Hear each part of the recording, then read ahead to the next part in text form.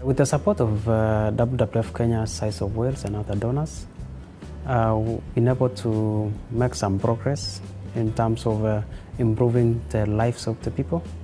We now have more people having more incomes, food security, and the community have more voice. They are able to participate in national and county development. They are able to question how natural resources are managed.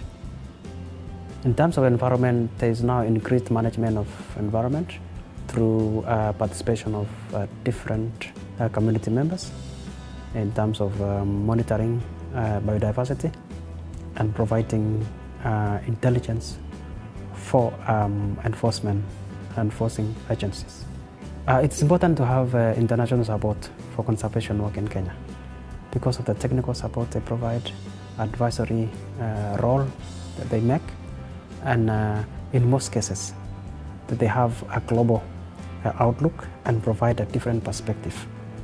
Additionally, the support from international normally provides lessons that has been practiced, including international best practices that can easily be domesticated to improve conservation results.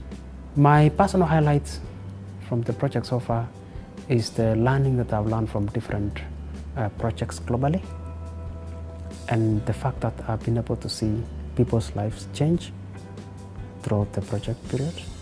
My vision for people and work in Kenya is that I would want to see people sustainably utilizing natural resources, improving management and benefiting from it.